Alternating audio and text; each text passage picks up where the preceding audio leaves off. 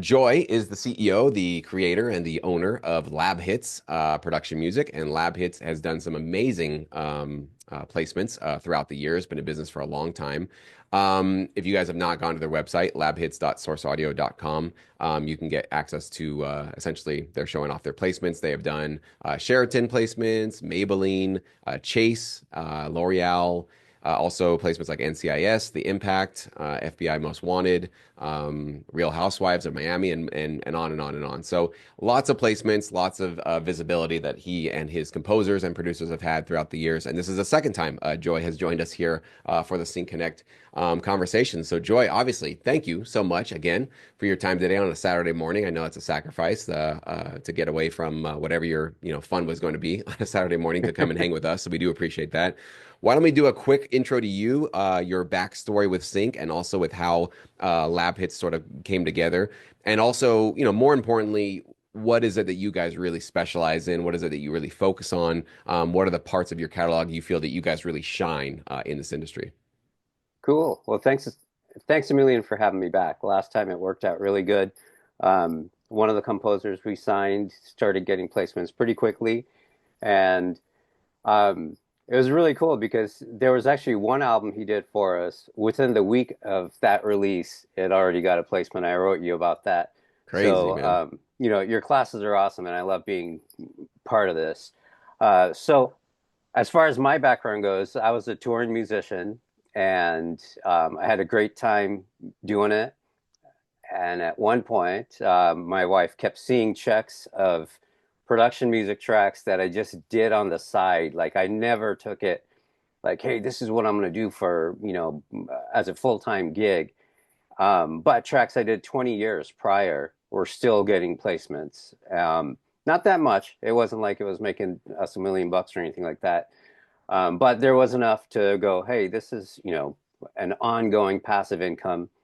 We should do this like full time. And it was at the point where we were, about to have our first kid, and we're kind of thinking, well, how could my wife stay home and work? And this was just like the ideal thing. So she takes care of our admin stuff while I handle the production and pitching. Um, and that's kind of how it started.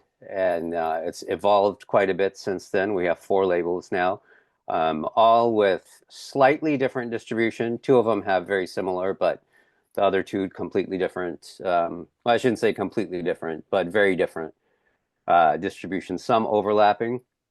So basically now when you sign with us, you're kind of getting access to signing with 4 different libraries, and they're all worldwide distribution, which works out really good.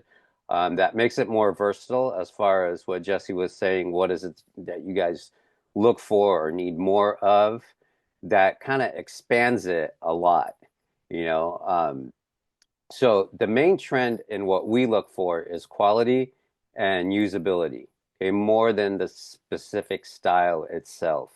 Okay, are there edit points? Is this going in completely as a production music track, or is this going to be marketed as an artist track? So there's a little variety in that. But the main thing, the first thing I listen for is production quality. Like within, if it's not there, I'll know like within 3 seconds, you know. If I've listened to the track for 30 seconds, it's a really good chance that, hey, I'm interested, and I'll probably finish listening through the whole track. And then if there's notes or anything like that, as far as, stuff needs to get changed, I'll let you know. But if Let's I've jump gotten to real 30 quick into seconds, that, that's if you good. don't mind, the Yeah. quality issue, because it is a very subjective, how do you really know if your quality is there? If you can, just imagining now you're listening to new music, what are some things that maybe pop out that let you know this is really high quality, or maybe this is really not high quality? Is it, loudness, quality of instruments, quality of the recording? If there are any common patterns that basically pop out as immediate, either like thumbs up or thumbs down, that would be really interesting Mm, for us. okay. Well, thumbs up would, it's kind of hard to describe because it's kind of like, it can be a little subjective. So on a technical end, I would say how clean the recording is, how true to that genre or subgenre it is. So if somebody turns in a singer-songwriter track and it's, mixed like really loud and there's no dynamics, and And there, you can tell it's been, a lot of artifacts on the vocals, then it's not going to fit that particular genre. Whereas an EDM track comes in and it's mixed with too much dynamics, as well as, let's say, the vocals are kind of going in and out of tune, which would be kind of cool a lot of times in singer-songwriter stuff if it's done well. If that out of tune isn't like, oh my God. Um, but in the pop world or EDM world, there's not much room for it to go that out of tune. So I guess staying really true to the genre as far as loudness goes, um, towards the loud side for most newer subgenres of music is ideal, but not to where there's like no dynamics and it just sounds like a brick wall and just all crackly and thin because of it. You don't want that. But at the same time, when I'm making playlists, they should all kind of have a similar vibe because otherwise, all of a sudden, you have this song that's really quiet and it just kills the vibe. So there has been times where I've actually within playlists gone, I can't put this in there because it's just the whole thing's just jamming so good, not because it's cranked to the top, but it's just at a moderate level. um so those would be my main things. Watch out for like that high end, that 1K kind of harshness, and the 5K, and then the low end, make sure that the track's not so boomy that it's overpowering the vocals and everything else. Because you also got to think TV, you don't know who's setting their crossovers where. The cheaper crossovers are like, they can go up to like around 120 hertz, whereas, ideal crossover for clubs and stuff would be like 80 or hertz or so. So if somebody's at 120 hertz, then some of that 100 hertz really gets in the way um, for certain systems on television. Can you explain what a crossover is? Like, how does that actually get employed? So where the crossover of the subs taking over versus your regular speakers. So if it's at 80 hertz and below the subs, that's where it's going to, most of the power of that sub's going to start taking over. But if someone has a cheaper system where that's being taken over around 120 hertz, and you have a lot of peaks, let's say around 100 hertz, those are just going to pop through like Mm. really obnoxiously that you may not hear on your system. So that's why, I mean, with the tools we have today, as far as just what's it called? Just EQs, having the frequency analyzers, use those and make sure there's no massive peaks on, especially on the low end there, and the super highs. That's So I don't awesome. know. I Does that kind of answer your question of? It did, and it's like funny, like 17 years in this business, I never thought about that, but it absolutely makes a lot of sense that different speakers and different people listening to your music with exactly, yeah, which frequencies are getting sent off to the sub as opposed to the main speakers, will adjust and vary how people listen to your music. So that's a really interesting, cool tip. Something I never thought about it, but definitely very, very valuable for sure. Okay, so that's very helpful, definitely to know keeping your music true to the genre in terms of the dynamics, the quality of the instruments, quality of the vocals, the recording, all that good stuff, the mixing and mastering, loudness, all that good stuff. Very, very cool. So, part of your job is not just to say yes or no to submitting composers and producers, but also to select music to pitch off to TV clients. Can you maybe walk us through some recent projects you've worked on? Like, who were the TV clients or what kind of content were they working on? And then just walk us through your process of like, how do you sort through all of your tracks and figure out which ones would be the best ones to compile in a playlist for that particular client? Cool. Okay, so these actually vary a pretty good amount. Vocal tracks are going to be artist vocal tracks are a lot different than, let's say, ad tracks. Those are advertising promos. Those are the hardest to put playlists together because usually on the other end, it's not a musician that's listening. You're looking at an office full of people, and then they have somebody else they have to run things by. So you're getting like just bombarded with different, you know, non-musicians and their opinions on what things should be. And then you have the just regular production music for TV, which is fairly simple because those are just basically done by moods. I mean, you can just watch the show that you think like, hey, all right, let's say we're going to be doing, whatever reality show. watch it a few times, you know what they're going to want. If you have a good relationship with the supervisor already, then it even makes it simpler because they'll tell you how they like their tracks. Hey, we need, tension tracks, or we need, and I used to love these, and I still do. The girls are going to Cuba for, 3 weeks, so we need Cuban music. But we still need it to feel like the show feels. So what's that mean? All right, so they usually use hip hop or light electronic pop, and they just basically want some Cuban elements in it, or at that point, any Latin elements to it. And it kind of goes the same for like when they do Asia and stuff like that. And you don't want to overkill in a situation like that and go completely traditional. You want to mix that in so it's going to match the show. So it's basically like, if they're going to the Middle East or something, just Middle Eastern hip hop, or actually trap. I mean, it's hip hop's almost turned into trap. They're kind of intertwinable now with the way people talk. So a lot of it is knowing the supervisor. A lot of it is studying the show. That's probably the main thing.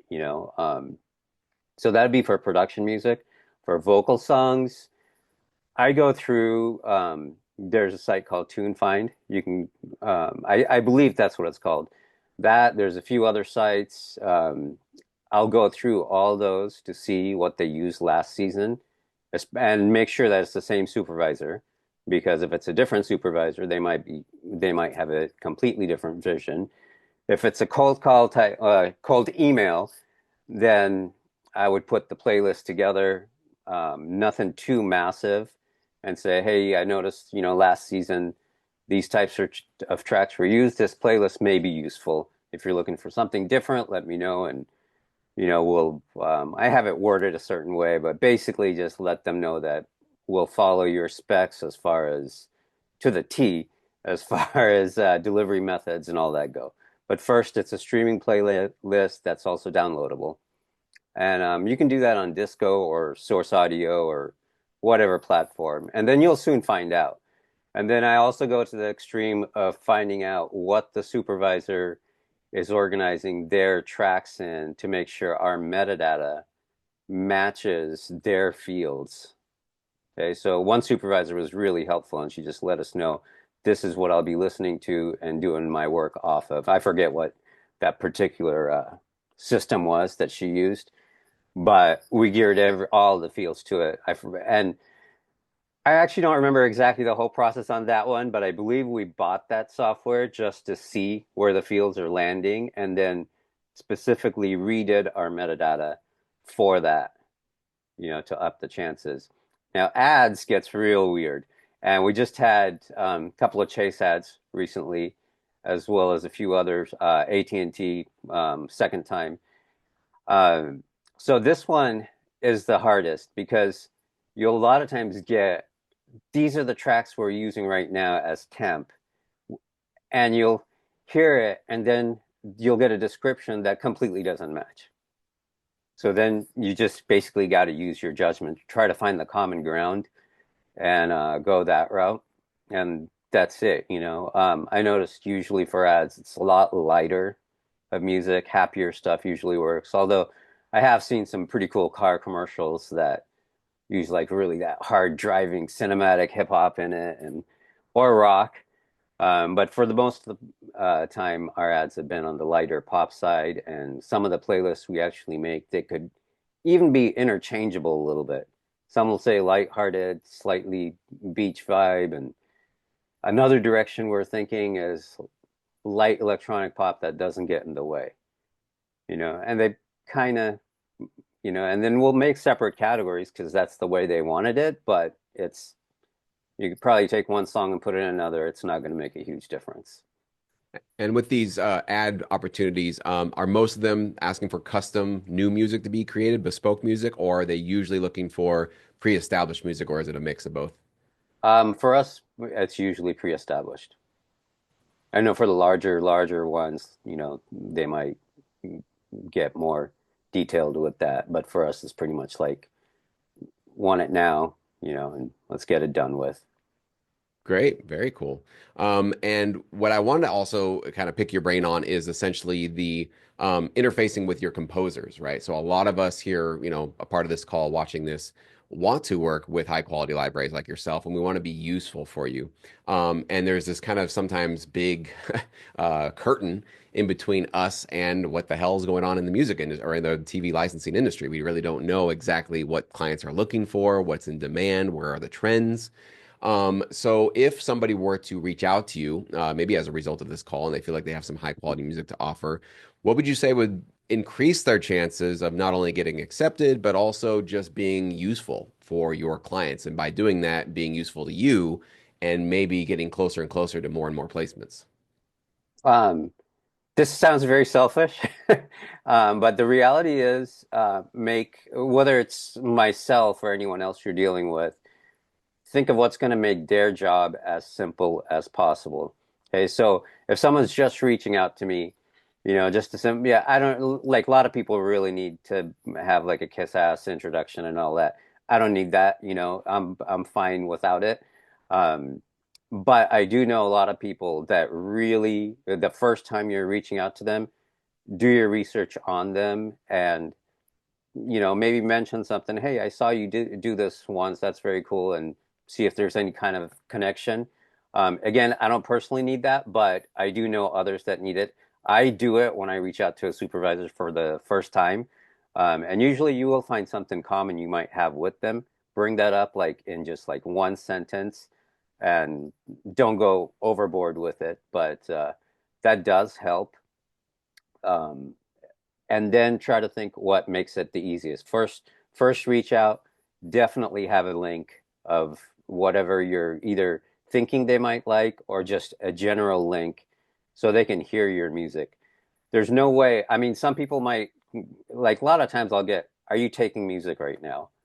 And I can't reply to that because that's going to open up this conversation with somebody that, well, then what kind of music? Then blah, blah, blah. And it just goes in a circle until I say no. Well, why not? And by then I'm engaged in a conversation and it's hard to get out of, right? So I absolutely hate being that guy that doesn't write back. But because of time and who we have signed, that my time needs to get allocated more to the ones that we've signed because I have a responsibility to them to do my best to try to get their music placed. So the first, as far as I'm concerned, the first time you reach out, any kind of streaming link is fine.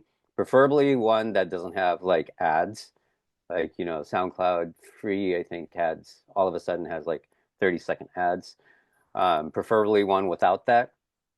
After that, if I'm signing you on, or if I think, hey, this is somebody I might sign on, I have a sheet that fully explains exactly what I want, even as a preview so at that point, I don't want streaming links. And this is I know it's a nitpicky thing on my part that's kind of unique to myself because a lot of other people don't work this way. But for me, if you're already signed on with me and I trust your music or I'm just about to sign you, I will ask you for the final file. So I have a certain amount, like, and you don't have to do this right now the first time you send me music. Okay, this is after you sign with us or if I'm just about to sign you. I have a whole thing about, no more than zero point 0.5 seconds of silence on the beginning of the file, no more than 2 seconds of silence at the end of the file after the tail end of the reverb ends. These little specs like that I have that I completely have it written out for you. And then I receive an attached MP3 on my email. That's what you shouldn't do. So just kind of read through that. And the reason I do it that way is because if I listen to the track once and I think, hey, this track is good to go, I can use this, I will save that file. That is the track that's going to go to processing, um, which I don't handle, but that's the track I'm going to send off to processing. So at that point, I would just ask for the alt versions and say, don't resend the first main version, just the alts.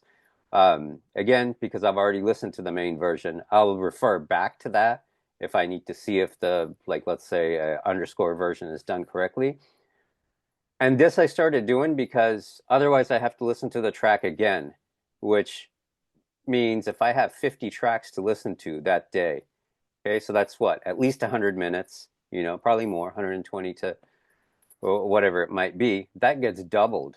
One person, and when this started, was one person had an MP3 and I approved it. Then I received the WAV file. I did not listen to it again. We uploaded the song. It was missing the main snare.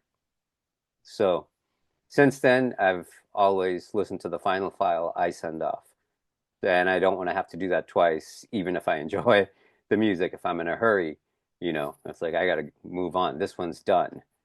So that's just a nitpicky thing on me. But basically, what I'm getting at is if somebody gives you instructions like that, just follow it, just like you would any other Absolutely. job.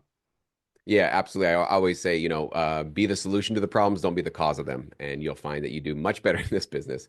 So I'm assuming you expect your composers and producers who submit to you to have fully mixed and mastered tracks, right? You don't mix or master anybody's tracks for them? Correct. Once in a great while, I'll do a little mastering if I have like a compilation that just kind of happened to get put together. A bunch of people send these tracks and we have them, and one track's really low. I'll just kind of bring it up and EQ it similar to the rest. So once in a while I will, but in general, yes. And a lot of times I'll send, if we're doing a compilation, we actually prefer solo albums, but sometimes we do compilations. I'll send off like the example track and say, match the levels and mixing mastering to this track. Your album's going to be, or your song's going to be on the same album as this. And usually it works out pretty good. That's awesome. Yeah, and it's one of the biggest points of concern and hesitation for a lot of producers is, well, I'm not a professional mixer, I'm not a professional master, I don't have a professionally acoustically treated room. Most of us are probably doing it from our home studio or our home bedrooms. That's what I was most of my career. And there's a lot of self-doubt because we have been told you should go pay for a professional mixer and a masterer to get your tracks up to the commercially standard place, right? And we just don't have those resources. We don't have that money. We don't have that time. And so, any advice maybe you could give to a producer who might have great music and is struggling with a little bit of that self-doubt of like, can I really mix or master my own music? Because I'm sure you've seen many producers get better and better at it throughout the Yeah. years working with you, right? Oh, yeah. Work on that skill the same way that you did your music. Think of all the years you spent, practicing your guitar or whatever your main instrument is, or if you learned orchestration, how much time you spent on that. Just kind of think of mixing and mastering like that, A/B it with a track. I mean, bring in another track in your DAW, and I mean, for TV stuff, chances are, if you're writing, I know I said that's the main thing, but a lot of people have gotten really good at mixing and mastering from home. Um, uh, Back like 20 years ago, the way I do it now was just like, I don't get to record a whole lot anymore, but when I do, and when I was even like prior to the pandemic, I was doing a good amount. And I mean, my mastering stuff is in my main project file. I turn it off and on sometimes to make sure that nothing's too crazy. That way, it speeds up the process. I know real engineers, real guys will say that's the worst thing possible and this and that. And I know a zillion other, very successful TV composers that do it the same way just to speed up the process. Um, so yeah, I mean, I doubt myself all the time with my production. And I know that we have composers way better than me, especially in certain styles. And I'm glad we do because they get more placements than I do, from our own library, which is fine, which is great. I'm happy to Yeah. I love being able to pay people. And I'm We laughing just because it's absolutely truth for me too. I am not the best producer. I'm not the best mixer. I'm not the best master. In fact, I call myself about a C plus producer, maybe B minus on a good day. Music's good. It gets the job done. It's licensable, but it ain't the best of the best, and it's not winning any Mark awards, that's for sure. But it doesn't really matter because in the end, as you've been saying, it's like it's just a binary thumbs up, thumbs down. It's like your track is either hitting the minimum threshold and it's providing exactly the targeted genre, staying true to that, and it's hitting those mixing and mastering thresholds and staying close enough to a reference that it's like, yep, that'll work, or you didn't quite make the mark there. And so nobody really cares if you mixed on your headphones on your laptop, or if you were in a professionally acoustic, multi-million dollar mastering. Nobody can tell that. Nobody knows that. They can just click play. They can just listen to the track and they'll either go, this sounds and feels great, or this sounds and feels terrible. And that's Yeah. really just the binary response that we're looking for, right? Yeah. And if it's like really close, I will give notes on it, and I'll only do that if I think that, hey, this is, you know, I want to sign this track. There's just a little bit too much high end, and it's going to get in the way for narrative parts, even on the light version. Let's say, let's just say the hi hat's too sizzly or whatever. So something like that, if it's simple, I'll definitely, and then I'm happy to listen to the track again for the second time, um, just for making sure that it's fine. So those type of helping tips I will do, and usually the composers agree. Sometimes they don't, but it's usually for a reason on my end why I did it. I have two different systems that I listen through. Sometimes if I'm doubting my own ear, I will go to a different room and listen to it through my other system. Because one of my systems, I actually have it where that 1K and 5K area, if there are peaks, I will hear it, really obnoxiously. So, and that's on purpose.